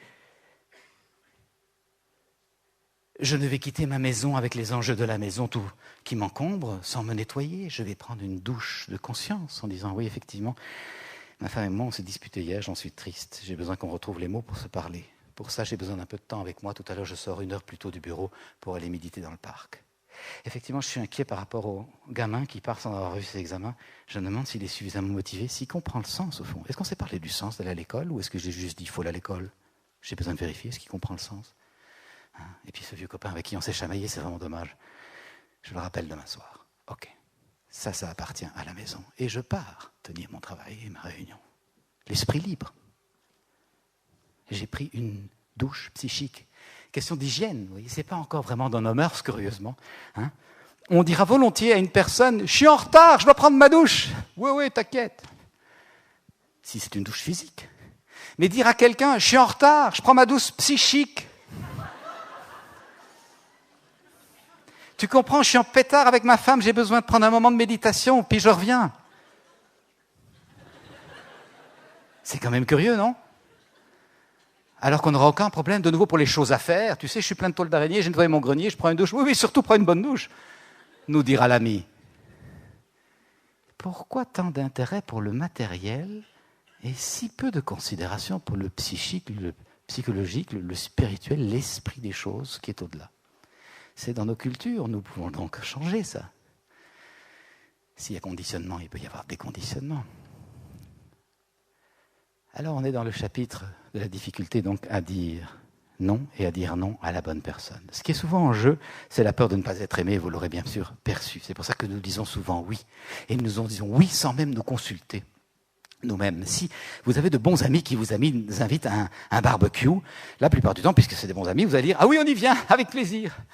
Et puis vous n'allez pas vérifier, mais non, au fond, on est fatigué, on ne s'est pas vu de la semaine, on n'a pas vu les enfants. Moi, j'aimerais un dîner familial tranquillement, où on prend le temps de prendre l'apéro, de se parler, et puis d'aller se promener après tous ensemble. C'est ça dont je voudrais. Mais enfin bon, ils sont gentils, on a dit oui, on y va. Alors on y va, ok. La plupart du temps, quand on va à un barbecue un peu à contre-cœur, les brochettes sont trop cuites et le rosé est tiède. Mais enfin bon. On revient. Le week-end d'après, les autres amis étaient très contents. Ils ont adoré ce barbecue. Ils avaient tous leurs amis autour de nous. Ils nous réinvitent. Alors on dit oui, parce qu'on est gentil. Et qu'on n'a pas pris le temps de se consulter pour vérifier est-ce que ça me convient ou ça ne me convient pas. Le troisième week-end, ils réinvitent. On entend la voix sur le répondeur. Ah non, c'est pas possible. Et on dit à son conjoint, mais tu te rends compte, ils nous envahissent, ils nous font plaire. Et observez comme la mécanique est tragique. Je considère que tu m'envahis. Parce qu'au fond, je n'ai pas réussi à mettre mes propres limites. Je considère que tu me peux plaire parce que je n'ai pas réussi à respirer mon air. Vous voyez qu'à force d'être gentils, nous devenons méchants. Est-ce que l'écologie ne commence pas là ? Dans la capacité à se centrer, à discerner. Alors, comment est-ce qu'on fait en pratique ? En pratique, nous allons clarifier ce à quoi nous disons oui quand nous disons non, si vous voulez bien me suivre. Ça veut dire que si le copain m'appelle en disant « on vous invite au barbecue, on aimerait bien vous voir », si je réponds « non, on n'est pas disponible », c'est un peu sec. Et puis ça ne dit pas toute la vérité de ce qui se passe en moi. Il y a bien plus en moi. Donc je vais prendre soin de dire toute la vérité, rien que la vérité. Je vais dire « merci pour l'invitation ». Ça nous fait incroyablement plaisir parce qu'on vous aime beaucoup. On aime être avec vous. Merci beaucoup. On tient à se revoir et à organiser régulièrement des retrouvailles. En même temps, nous tenons beaucoup à la vie de famille. On s'est peu vus. Alors oui, ce week-end-ci sera plutôt pour la retrouvaille familiale et être ensemble en famille. Alors à bientôt. Merci. Cloup. Et amitié, et continuation de l'amitié, et retrouvailles ultérieures. Et ce week-end-ci, privilège à la vie de famille, à l'intimité. J'ai remplacé les noms par des oui. Je ne dis pas que dans la phrase, techniquement, il n'y aura pas un non pour cette fois, mais je vous propose de voir l'énergie est toute différente si je clarifie ce à quoi j'ai dit oui. Et ce qui se passe la plupart du temps, c'est que nous sommes très réservés et timides. Nous avons du mal à dire aux gens que nous aimons bien, combien nous les aimons bien.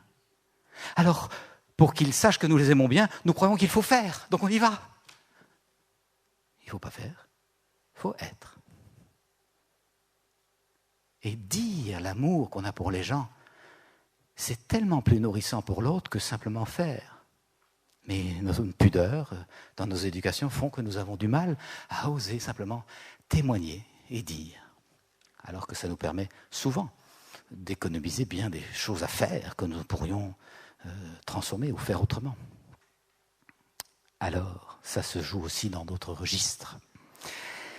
Je me souviens de ma fille Camille, quand elle a eu ses 6 ans, elle en a 11 maintenant, elle avait reçu ses cadeaux d'anniversaire et bien sûr le soir à 7h30, elle joue et à ma proposition, s'il est 7h30, on va dormir, Camille me dit « Non papa, je joue ». Je me vois répondre « Non Camille, il est 7h30, on dort ». Toutes les petites filles du monde dorment à 7h30. Alors, qu'est-ce qu'on fait dans cette situation? Il y a deux noms qui s'opposent. Qu'est-ce que je fais? Je lui dis, ma petite choute, joue autant que tu veux, tu éteindras les lumières, si tu veux sortir, prends ma carte de crédit. Hein? Et je démissionne de ma fonction de père. Est-ce ça le modèle du monde? Ben non. Mais je peux aussi dire, attends, qui est-ce qui est le patron ici, hein? Hop, par ici, et j'ai encore la force quand elle a 6 ans de la mettre dans son lit de gré haute force. Est-ce que c'est ça le modèle du monde que je veux donner à mon enfant? Quand on a la force physique, on peut l'utiliser pour obtenir ce qu'on veut. C'est ça que je veux donner comme modèle. Et mon enfant, quand il encode ça, il se dit, attends, que j'ai de la force moi aussi, tu vas voir. Et je perpétue la violence dans le monde par mes principes éducatifs. Habiter des meilleures intentions. Je vous invite à voir que ça, c'est ce qu'on appelle la violence éducative ordinaire. Je perpétue la tragédie de la violence, croyant bien faire. Et je pense que nous sommes dans un pays qui a besoin d'une loi pour protéger les enfants des coups. C'est quand même surprenant. Et que ça fasse débat. Qu'il s'agisse même de nommer une loi, comme si ce n'était pas une évidence. On ne frappe pas un enfant, c'est l'évident. Quand je suis en désaccord avec mon ami, je ne le frappe pas, je cause. Alors avec mon enfant qui est le futur citoyen du monde, est-ce que quand je ne suis pas d'accord avec lui, je le frappe? C'est quand même extraordinaire. Ceci pour vous dire qu'il y aura un colloque sur les violences éducatives familiales. Au mois d'octobre, il y a des papiers ici à l'entrée, et j'y participerai très volontiers. Donc, je souhaite donner un autre modèle du monde à mon enfant. Je sais que quand quelqu'un dit non, c'est qu'il dit oui à quelque chose d'autre que j'ai peut-être aperçu. Et donc, je guette, je scrute, je discerne. Parce que je suis conscient que la seule chose qui soit vraiment joyeuse dans la vie, c'est la rencontre. C'est le contact. C'est pas le faire, c'est l'être.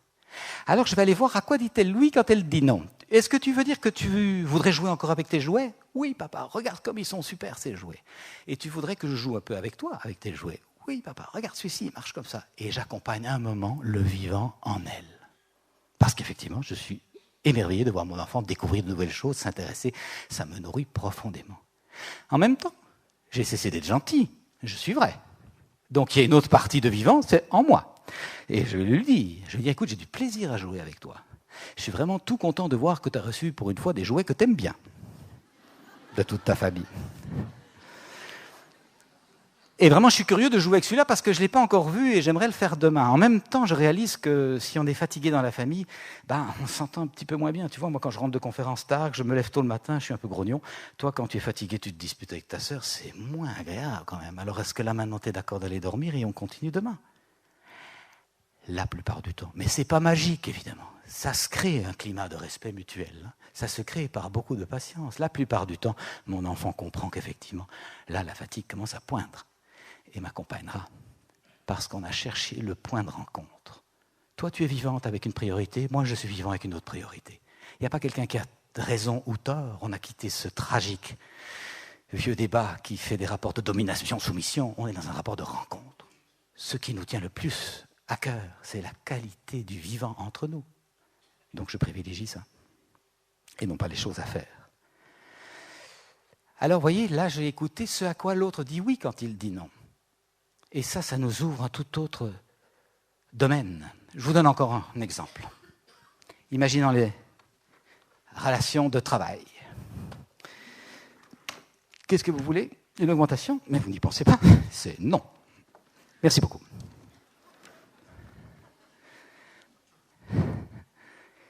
Qu'est-ce qui se passe dans le cœur de l'autre qui vient de se faire traiter de cette façon?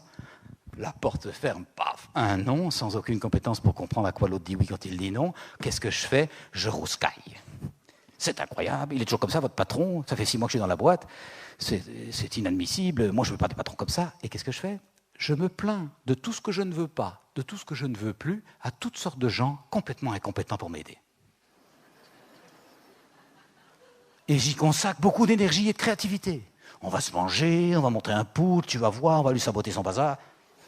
Que d'énergie!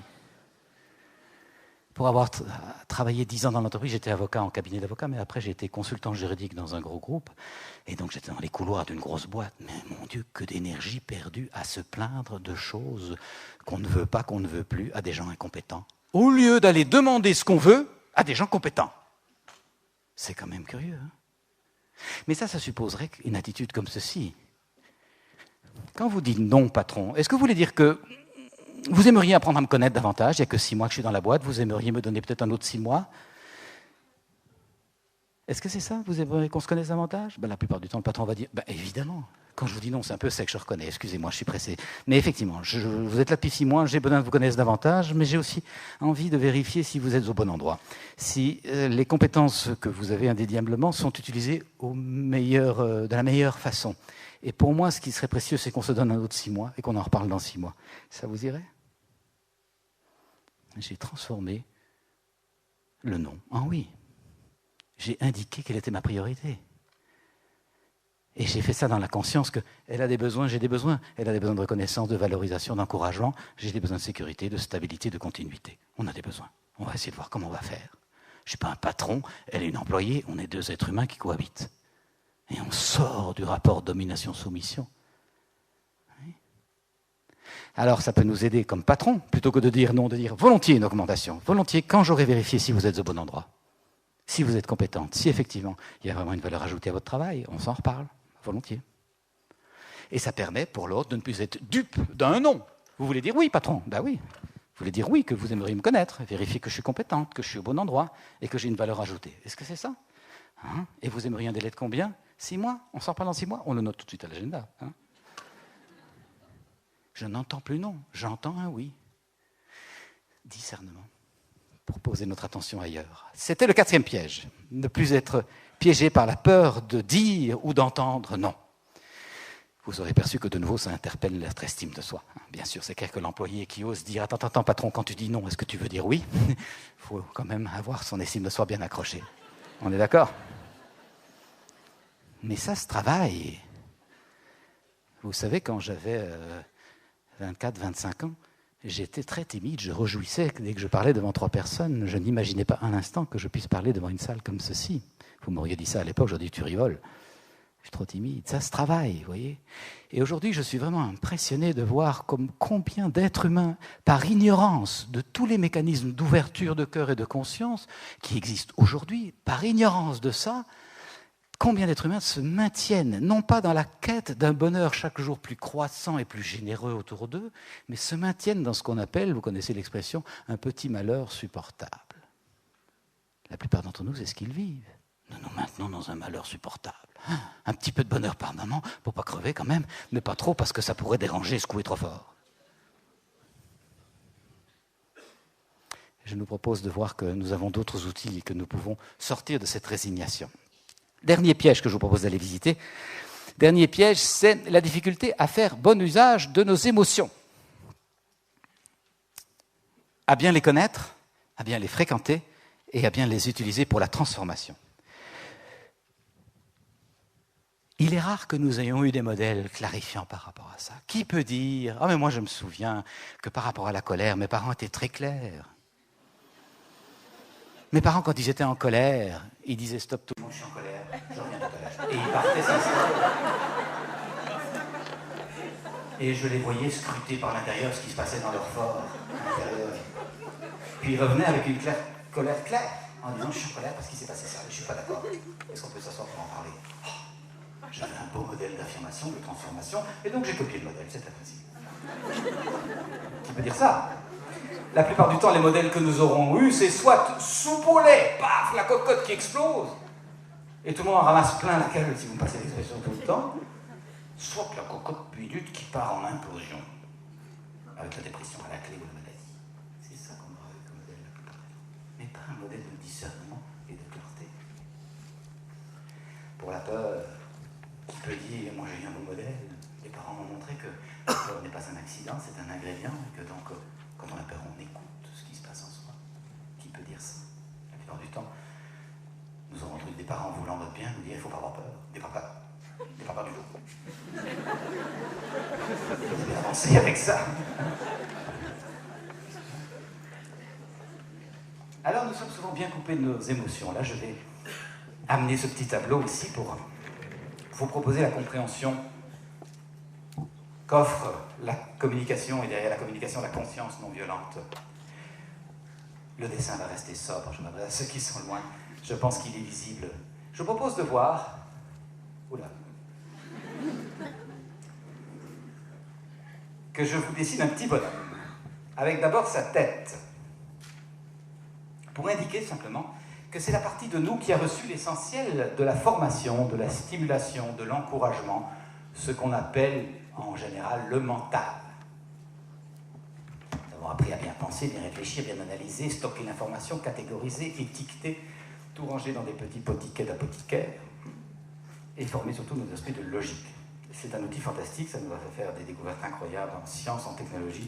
C'est un outil magnifique, mais c'est comme si son hyper-développement s'était fait au détriment d'autres canaux d'intelligence.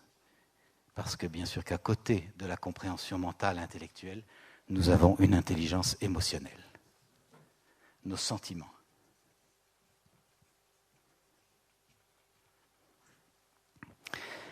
Et malheureusement, nous en sommes souvent bien coupés. Nous savons penser, réfléchir, analyser, juger, bien, mal, juste, pas juste, ça se fait pas. Mais nous avons plus de mal à ressentir. D'où ça vient, ça? Pourquoi est-ce qu'il y a une sorte de chape de béton qui s'est coulée là, malgré nos bonnes intentions? On sent des sentiments qui s'agitent, mais on a du mal à discerner, à les démélanger les uns des autres. Je vous propose de voir que souvent ça s'est fait de façon très subliminale. Moi, quand j'étais gamin, j'avais l'idée que grandir, c'était devenir un petit garçon sage et raisonnable, qui prend de bonnes décisions, analyse bien les problèmes et juge bien, clairement. Les sentiments ne me paraissaient pas trop bienvenus. Quand j'étais en colère, j'avais une révolte et j'ai toujours été indigné par les injustices, par exemple, que j'étais très en colère par rapport à ça. Mes parents, bienveillants, souhaitant mon bien et mon intégration dans la société, auront pu me dire des choses comme « Je t'aime pas quand tu es en colère, un petit garçon sage et raisonnable, ne se met pas en colère, va dans ta chambre. Tu reviendras quand tu auras réfléchi. » Alors j'allais dans ma chambre. Réfléchir, avec le seul outil à ma disposition, mon mental, qui avait au fait de comprendre « Papa et maman ne m'aiment pas quand je suis en colère. Et puis si je veux finir mon dessert, il faut que je fasse quelque chose avec ma colère. » Alors je ne reçois pas un cours de colère à l'école, non.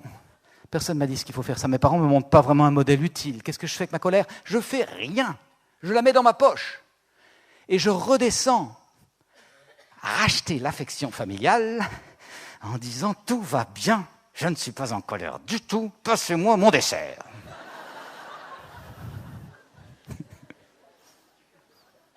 Si plus tard j'étais tout triste, un gros chagrin qui vient, l'envie d'être un peu consolé, un peu rejoint, un peu compris, mes parents faisaient ce qu'ils pouvaient, mais en même temps, souhaitant mon bien, mon intégration, ma responsabilité, ils auront pu me dire des choses comme « T'as pas le droit d'être triste avec tout ce qu'on fait pour toi. T'es pas le plus malheureux quand même. Hein.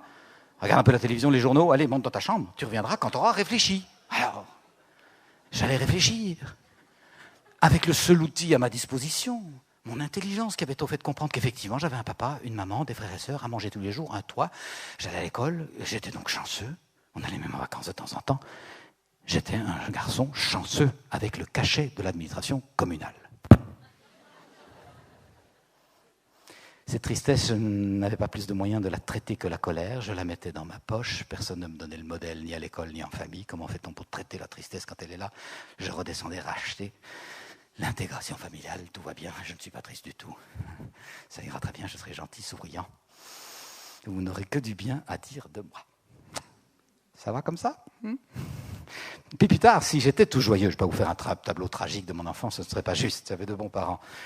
J'ai pu donc être très joyeux et avoir envie de faire la fête, d'allumer la radio à fond, de sauter sur les coussins du salon, de faire de la batterie sur les casseroles de la cuisine. À ce moment-là, les mêmes parents bienveillants, souhaitant mon intégration et mon bien-être dans le futur, auront pu me dire des choses ou me laisser comprendre « Mon petit vieux, te réjouis pas trop, la vie n'est pas si comique que ça. » Alors, voyez, c'est subliminal cette coupure-là. Qu'est-ce que moi j'encode? J'encode, coupe-toi de tes émotions, coupe-toi de tes sentiments, ça dérange. Si tu veux arranger et donc être reconnu, avoir ta place, pense. Et décider des concepts, de la logique, ça c'est imparable. J'en ai d'ailleurs fait ma première tranche de vie comme avocat. Et puis la deuxième chose que j'encode et qui est immédiatement la conséquence de la première, c'est ne fais pas ce que toi tu sens juste dans ton cœur. Fais ce que tu crois que les autres attendent de toi. Et ainsi, j'ai passé 35 ans juste à côté de moi-même. pas très loin, vous savez, côte à côte. Mais quand même, à côté de mes pompes, si vous me permettez, à côté de ma vie, à côté de mes envies, à côté de ce qui me met en vie, moi. Et ce, pour tenter de plaire aux uns et d'éviter de déplaire aux autres.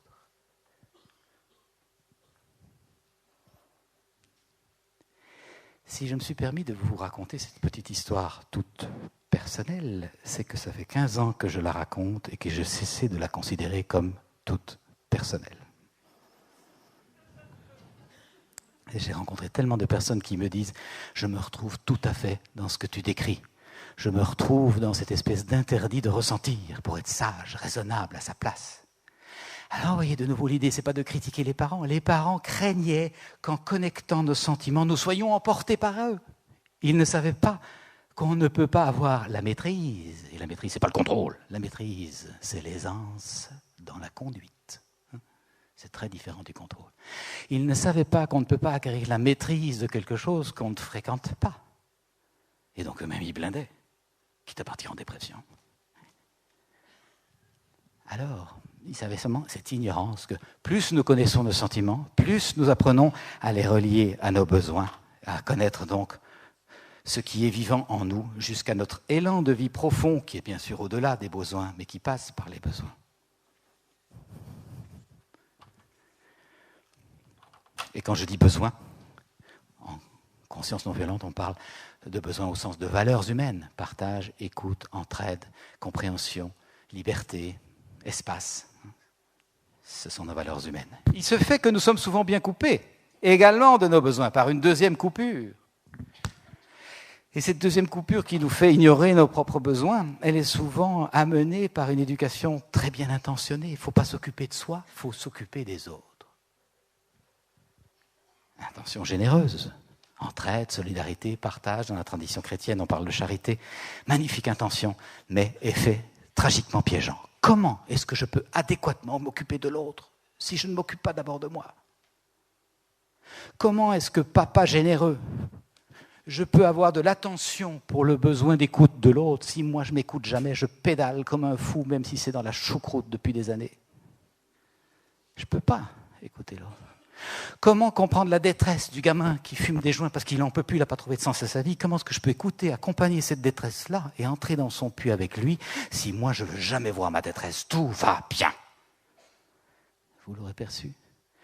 Ma capacité d'entrer avec l'autre dans sa détresse dépend de ma capacité à avoir compris la mienne.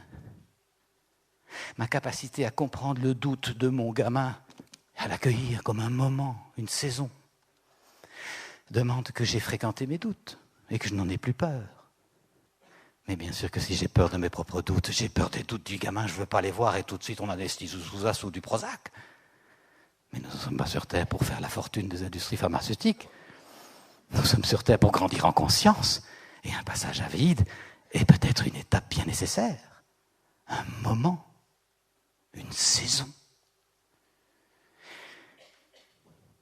Nous acceptons tout à fait les saisons à l'extérieur. Personne ne s'étonne de l'arrivée de l'automne. Nous savons que cette saison vient tout défaire et qu'elle est nécessaire. Dans nos vies psychiques, nous avons des saisons d'automne. Nous sommes tout défaits jusqu'à notre souche. Seulement, au lieu de penser aux saisons, nous disons, ça y est, il n'y a que moi qui suis dépouillé, il n'y a que moi qui vis ça. Au secours, c'est une tragédie, tout s'arrête là. Et puis quand il y a l'hiver, nous savons que cette saison est nécessaire aussi dans la vie, pour éviter les labours, supprimer les insectes excédentaires, permettre à la terre de se reposer. Mais dans nos vies, quand l'hiver arrive, on se dit catastrophe, il n'y a que moi qui vis ça, je suis tout seul, au secours, c'est perdu. Pourtant, de mémoire d'homme, il n'y a pas d'hiver qui n'ait débouché sur un printemps. Parce que tout est mouvement. Alors, si j'ai acquis cette conscience en m'accompagnant moi-même dans mes mouvements intérieurs, en comprenant mes besoins selon les saisons, satisfaits ou insatisfaits, eh bien, j'ai acquis cette confiance pour accueillir l'autre. Et je respecte son mouvement, sans l'inviter à être plus rapide ou plus lent, mais en le respectant dans son rythme. Mais de nouveau, comment je peux respecter l'autre dans son rythme si moi je ne me suis jamais respecté dans le mien? Alors, voilà la difficulté à franchir, dépasser cet interdit du besoin et prendre conscience que plus je me comprends, plus je m'ouvre à la compréhension de l'autre. Ceci nous permet de sortir de la dernière entrave. Faute de bien connaître nos besoins, les miens ou ceux de l'autre, je suis coincé, comme j'étais coincé avec le gamin à qui j'essaye de faire du sport. Ben non, ça ne marche pas. Il n'y a pas de démarche utile, mon petit bonhomme, notre petit bonhomme a des jambes, c'est pour faire des démarches, c'est mettre en place des stratégies, c'est pour changer les choses. Si je suis l'employé qui entend le nom du patron et que je ne m'écoute pas, je bougonne ma vie durant et je peux me poster dans une posture de victime à perpète. Ça ne me rend pas heureux, ça ne rend pas mes proches heureux. Par contre, si je m'écoute en ayant quitté le patron en disant « au fond, je suis triste ». Je suis triste parce que j'ai besoin de travailler l'affirmation de moi, la confiance en moi. Puis je suis triste parce que j'ai besoin de mieux comprendre l'autre quand il me dit non. S'il me dit non, c'est un humain, c'est qu'il a des priorités que je n'ai peut-être pas comprises. J'ai vraiment besoin de développer cette aisance. Sinon, je vais toujours subir le non des autres en le prenant contre moi. J'en ai marre de prendre l'attitude de l'autre contre moi. J'ai besoin de comprendre l'autre dans ce qu'il est, dans sa différence. Demain, je vais frapper à la porte du patron pour lui demander ce à quoi il dit oui quand il dit non. Je fais des démarches plutôt que subir. Souvent dans nos vies, nous n'exprimons pas nos besoins et nous espérons qu'ils soient satisfaits. Si tu m'aimais, tu me comprendrais. Oh la belle. Ça irait mieux quand même en le disant. Ça va sans dire. Oui, mais ça va quand même mieux en le disant. Je vous invite à voir comme nous sommes souvent très exigeants d'être complètement compris alors que nous-mêmes nous ne nous comprenons pas bien. Par rapport aux besoins ici, je pense à un couple qui vient en consultation. Et dans ce couple, c'est madame, mais rassurez-vous, madame, ça pourrait très bien être monsieur, ça s'interchange vraiment. C'est madame qui dit « Je viens vous voir parce qu'il ne comprend rien à mes besoins ». Je l'ai pris de s'asseoir et je lui dis « Madame, pourriez-vous nous dire à votre mari et moi un besoin que vous aimeriez bien qu'il comprenne ?» « Ah non, c'est mon mari tout de même. » Alors je lui dis « Madame, vous voulez dire que vous espérez que votre mari devine vos besoins sans que vous-même vous ne les formuliez ?» « Ben oui, ça fait 35 ans qu'on est mariés et c'est mon mari tout de même, il devrait. Hein. S'il m'aimait, il me comprendrait. » La phrase fatale. Alors je ne peux pas m'empêcher de dire « Madame, ça fait pas mal d'années effectivement que vous jouez à cette devinette. Est-ce que ça vous rend la vie heureuse ?» « Ben non. » Est-ce que ce ne serait pas plus facile de nommer vos besoins à monsieur, en sorte que monsieur puisse dire oui ou non ? Ben, j'ai pas de besoin, me dit-elle. Ah ben bon. Si vous pensez que j'étais éduqué dans l'idée que j'avais des besoins, mes parents avaient une ferme, 6 enfants, ils avaient autre chose à faire. On comprend de nouveau l'enclenchement du piège. Voilà quelqu'un qui n'a pas eu le modèle de quelqu'un qui se ressource, qui comprend, qui discerne et qui fait des demandes claires. Mais voilà où on en est dans la violence subtile ordinaire. Madame attend de monsieur qu'il fasse tout le chemin vers elle. Viens vers moi, viens vers moi. Mais elle-même ne fait pas un chouïa vers elle-même. Alors, c'est quoi son langage ? C'est « tu ne m'écoutes jamais, tu n'es jamais disponible, tu n'as aucune intention pour moi, tu es un vieux facho comme tous les mecs d'ailleurs. »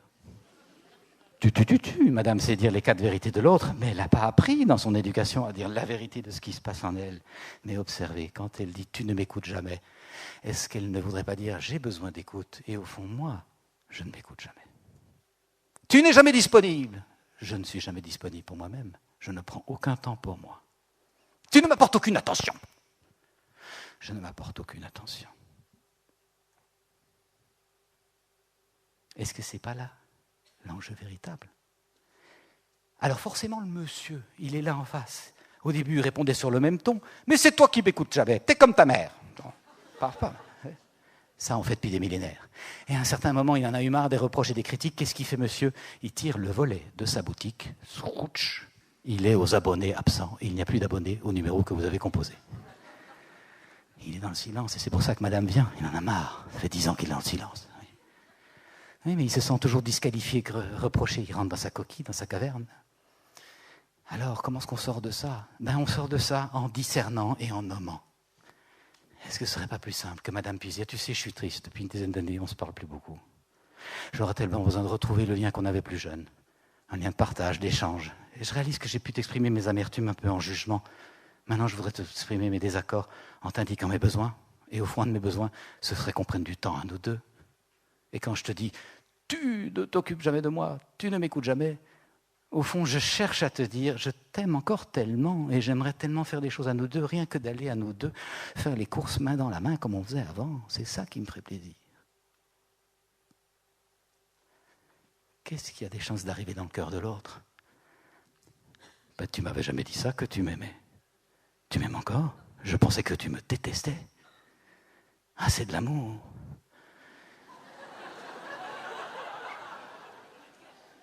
Mais c'est vrai que j'ai du mal quand tu me dis « tu ne m'écoutes jamais, t'es comme tous les mecs, tous des fachos ». Ah, j'ai du mal à croire que tu m'aimes, mais quand tu me dis « je t'aime et c'est pour ça que j'aurais besoin d'attention et c'est pour ça que j'aimerais qu'on fasse des choses ensemble », et ce qui serait le plus simple encore, c'est qu'on puisse aller faire des courses main dans la main, moi ça me touche, parce que j'ai aussi besoin de sortir de cette guéguerre et de retrouver du lien avec toi. Je sens tellement profondément ça, mais je suis comme dans une incapacité, tu vois. Je suis tétanisé quand tu me critiques, je n'ai plus les mots, je me sens comme un petit garçon devant une maman, je me sens grondé, je vais dans mon coin. Puis j'attends que ça passe, et puis ça passe pas. Alors, moi aussi j'ai besoin de retrouver une meilleure relation. J'ai besoin de croire que c'est possible, j'ai besoin qu'on change. Ah. Est-ce qu'il n'y a pas plus d'ouverture dans le discernement et dans la capacité d'être vrai, de dire et d'écouter? Est-ce qu'il n'y a pas plus de chances que ce couple se rabiboche si chacun nomme ses besoins en faisant des demandes? Moi, j'aimerais plus d'intimité. Et la demande, c'est tout simple. C'est aller main dans la main faire les courses ensemble. Pas compliqué, hein? Faire une demande concrète. Attention à la démarche ici, mon petit bonhomme, à des jambes. Parce que si je ne fais pas une demande concrète ou une démarche concrète, le risque, c'est que mon besoin soit menaçant. J'ai besoin que tu m'aimes. Oh! L'autre, il se dit, oh là là, oh là là, oh là là, je ne peux pas compenser 60 ans de désamour, hein? Déjà que ça n'allait pas trop avec son père, mais moi je ne peux pas combler tout ça. Donc je reste derrière mon grillage. Motus. Ça fait trop peur.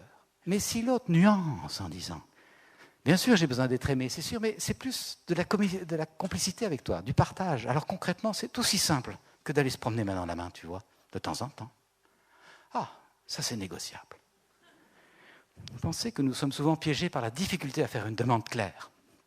Combien de mamans n'appellent pas à l'aide le soir au moment du repas? Les enfants, j'ai besoin d'aide.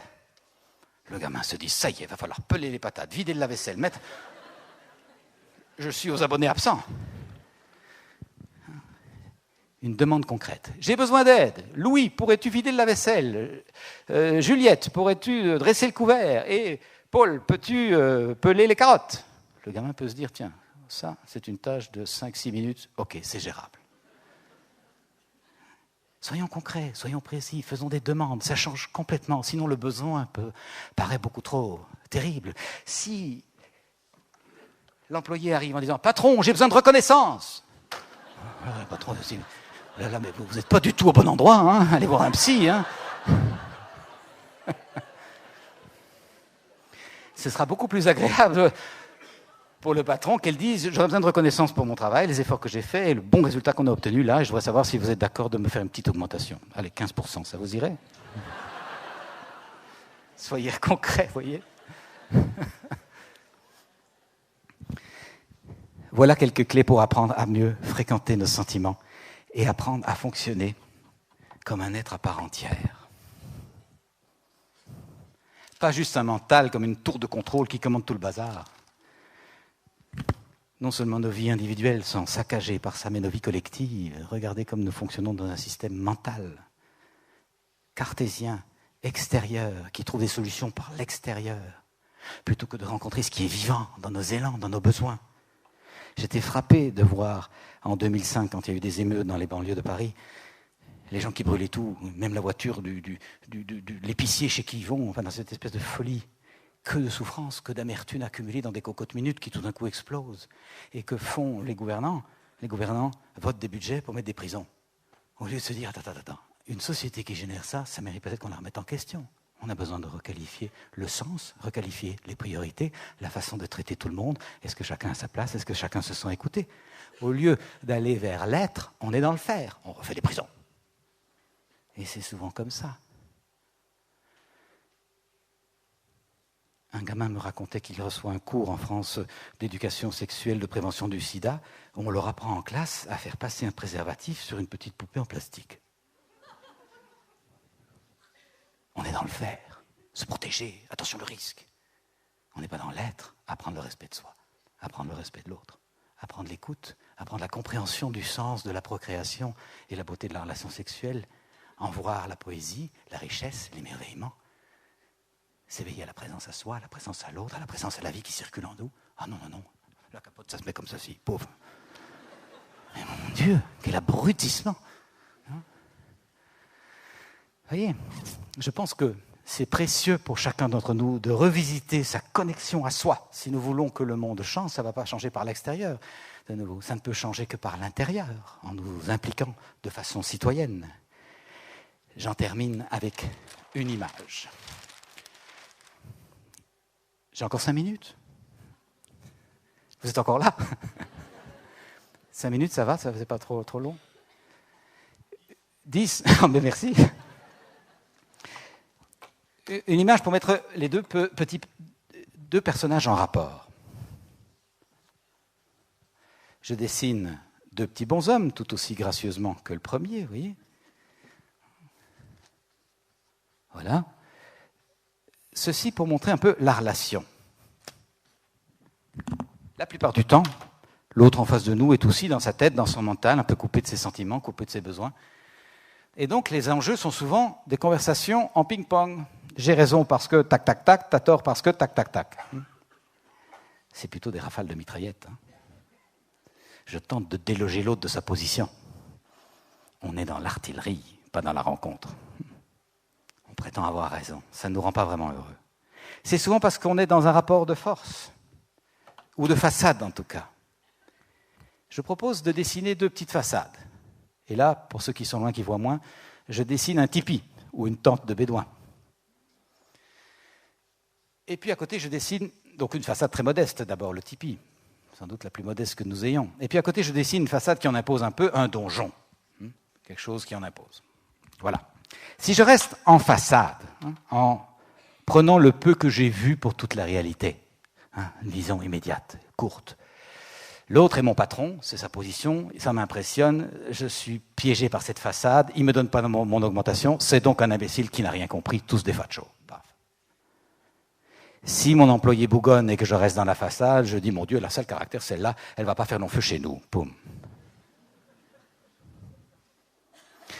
Mais je peux aussi m'entretenir dans un rapport de façade en disant, mon fils, tant que tu es à la maison, tu vas à l'école, sinon je te fous dehors. Tu exécutes les ordres. Je caricature un peu. Mais... Et puis je peux dire, mon père, c'est un vieux réactionnaire, c'est vraiment un vieux facho, j'ai plus envie d'habiter chez lui. Bon, ça c'est la façade, vous voyez, c'est le risque. Derrière tout ça, on l'a vu, il y a des besoins. Le patron a besoin de sécurité, de stabilité, de continuité. L'employé a besoin de reconnaissance, d'encouragement, de valorisation de son travail. Les besoins, finalement, sont assez semblables. Le gamin a besoin de retrouver confiance en soi, de travailler le sens de la vie et d'apprivoiser le fait que la peur fait partie de la vie. Le papa, il a aussi besoin de ça dans sa propre existence. Nos besoins nous rassemblent, alors que nos idées, nos jugements nous séparent. Sur le dessin, je propose de voir que pour qu'il y ait de la vie derrière une façade, qu'elle soit modeste ou qu'elle soit costaude, il faut de l'eau sur notre planète, pas de vie sans eau, par hypothèse ou par métaphore. Plutôt, je descends le puits qui permet à la vie d'alimenter la tente du bédouin ou le donjon sur la colline.